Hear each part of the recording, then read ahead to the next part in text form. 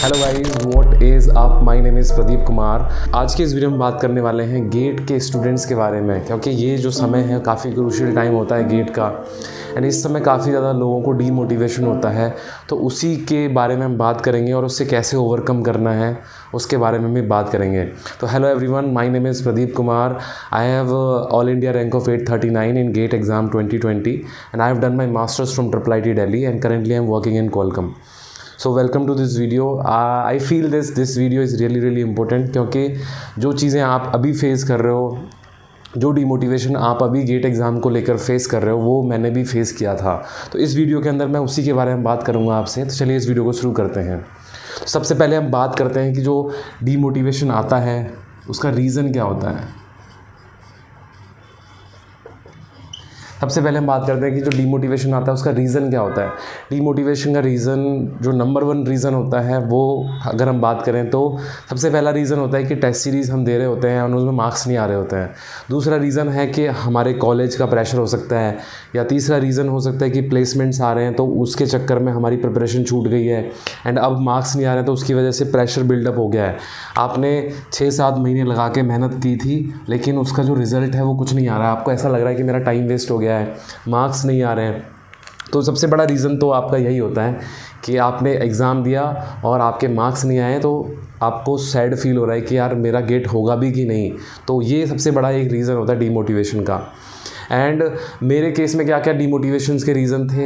एक रीज़न था कि जिस समय गेट की प्रिपरेशन मैं कर रहा था उस समय मेरे कॉलेज में प्लेसमेंट्स भी हो रहे थे एंड मेरे जो पीयर्स थे वो प्लेसमेंट्स की तैयारी कर रहे थे, ऑफ कैंपस जॉब्स के लिए अप्लाई कर रहे थे and I was practising on rough copy and questions कर रहा था गेट के। तो उस समय ये थोड़ा डीमोटिवेशन होता था कि जो मैं काम कर रहा हूँ, जो मैं अपना जो टाइम दे रहा हूँ जिस चीज़ पर, क्या वो चीज़ सही भी है, is it worth it, is it worth believing in this exam. तो ये एक डिमोटिवेशन होता है। तो यार मैंने कैसे ओवरकम किया था, मैंने ओवरकम किया कि यार ऐसी एक वीडियो देख के। तो क्या होता है ना, GATE exam is all about psychology. आपके पास कम से कम 9 से 10 सब्जेक्ट आपको ध्यान में रखने होते हैं। आपने इन सब्जेक्ट के बारे में पढ़ाई की होती है, तो ये सब्जेक्ट आपके माइंड में होने चाहिए, तभी गेट एग्ज़ाम आप अच्छे से दे पाओगे। तो अगर जैसे 9 से 10 सब्जेक्ट को पकड़ने के लिए आपके दिमाग जो है ना, न्यूरॉन्स पकड़ के रखते हैं नॉलेज को। अगर आपको उस नॉलेज पे ट्रस्ट नहीं होगा ना, अगर आपको बिलीव नहीं होगा कि जो मेरे पास नॉलेज है इसका कुछ हो सकता है, तो बहुत जल्दी वो नॉलेज आपके दिमाग से चली जाएगी। जैसे कि आपने मान लो एल्गोरिदम्स पढ़ लिया, डेटा स्ट्रक्चर्स पढ़ लिए, आपने TOC पढ़ ली, बट आपको बिलीव नहीं आ रहा है कि ये जो मैंने पढ़ा है वो किसी काम का भी है। तो थोड़े समय बाद क्या होगा, मान लो 1 हफ्ते आपने पढ़ाई नहीं की, 2 हफ्ते आपने पढ़ाई नहीं की, तो वो जो न्यूरॉन्स हैं उनकी जो बॉन्डिंग है वो बहुत कम हो जाएगी आपकी, ठीक है। तो इसलिए क्या ज़रूरी, इसलिए हम बोलते हैं कि रिवाइज़ करते रहो। और जैसे आप होता ना कि एक एनर्जी आती है, हम फॉर एग्ज़ाम्पल जैसे डीमोटिवेशन आया, किसी ने चार्ज अप कर दिया, तो हमारे अंदर जो एनर्जी आती है हम तुरंत टेबल पे आके बैठ जाते हैं, अपनी पढ़ाई शुरू कर देते हैं। तो वही है कि आपको अपनी जो नॉलेज है ना उसको पकड़ के रखना है, उसको बिलीव रखना है। अब बिलीव क्यों रखना है, तो मैं थोड़ा सा आपको बताना चाहता हूँ कि गेट एग्ज़ाम के फ़ायदे क्या हैं। मैंने तकरीबन 150 लोग ऐसे देखे हैं जिनकी ज़िंदगी गेट एग्ज़ाम ने चेंज की है, ठीक है। गेट एग्ज़ाम की लाइफ चेंज की है गेट एग्ज़ाम ने बहुत सारे लोगों की। तो ये मैं क्यों बताना चाहता हूँ, बिकॉज मैं IIT दिल्ली से हूँ। वहाँ पे 2 तरीके से गेट एडमिशन होता है एमटेक के अंदर, गेट एंड नॉन गेट। तो IIT दिल्ली के अंदर जो एवरेज प्लेसमेंट गया है एमटेक का वो 17 लाख CTC गया है, ठीक है। तो आप इमेजिन करो कि यार इतना अच्छा, आपको 1.5-2 साल सिर्फ पढ़ना है, अपने पसंद की चीज़ें पढ़नी हैं कॉलेज में जाके, और आपकी जो रेपुटेशन बढ़ेगी उस कॉलेज में जाके वो बहुत ही शानदार होने वाली है। तो गेट एक बहुत अच्छा एग्ज़ाम था, मैंने दिया, तो मुझे आज तक उसका फ़ायदा फ़ील होता है। मैं जब फ्रीलांसिंग भी करता हूँ, जब मैं फ्रीलांसिंग करता था एमटेक के टाइम पे, तब मुझे फ़ील होता था कि यार जो मैंने सब्जेक्ट्स पढ़े हैं, जो मेरे कॉन्सेप्ट्स हैं वो बहुत ज़्यादा क्लियर हैं। इंटरव्यूज़ के अंदर जब मैं बैठता हूँ तो मैं ज़्यादा अच्छे से चीज़ों को समझ पाता हूँ एब्स्ट्रैक्ट वे में, कि ओवरऑल ये जो क्वेश्चन आ रहा है वो कहाँ से आ रहा है एंड क्या इसके अराउंड कॉन्सेप्ट्स हो सकते हैं। तो ये सारी चीज़ें आप एब्स्ट्रैक्टली सोच पाते हो जब आपको ब्रॉडर नॉलेज बहुत ज़्यादा होती है।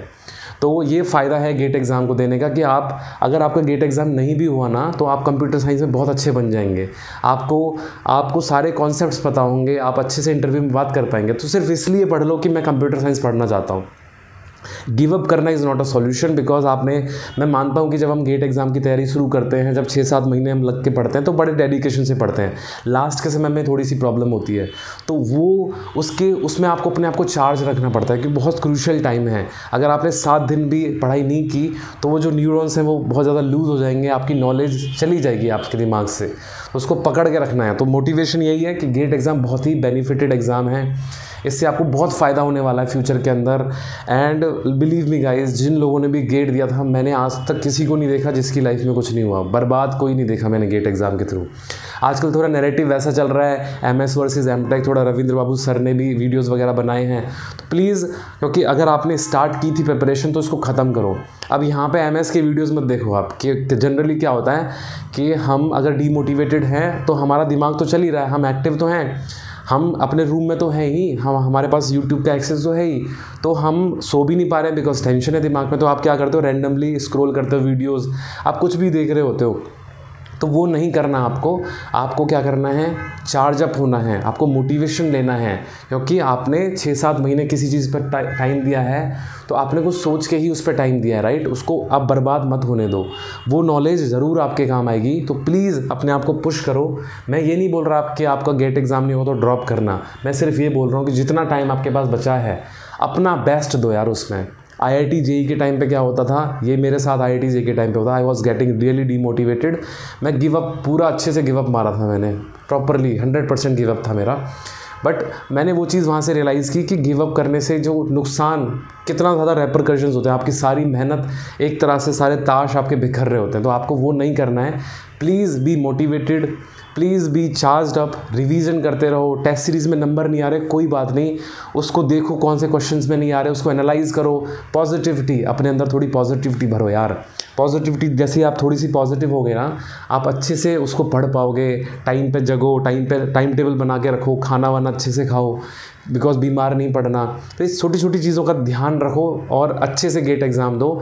अगर ना भी होगा गेट एग्ज़ाम तो आपकी जो नॉलेज है वो बहुत काम आपको आने वाली है।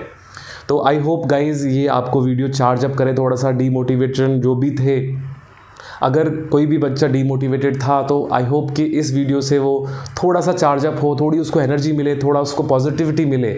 अगर इस वीडियो के माध्यम से किसी एक बच्चे को भी पॉजिटिविटी मिले, किसी एक बच्चे को भी ये साहस मिले कि वो अपने बेड से खड़ा होकर बैठ सके, पढ़ने के लिए बैठ सके, कुछ सोच सके।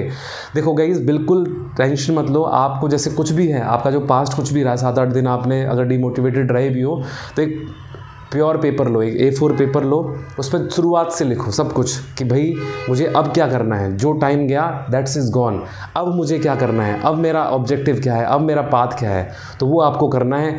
आई होप ये वीडियो आपको मोटिवेट करे।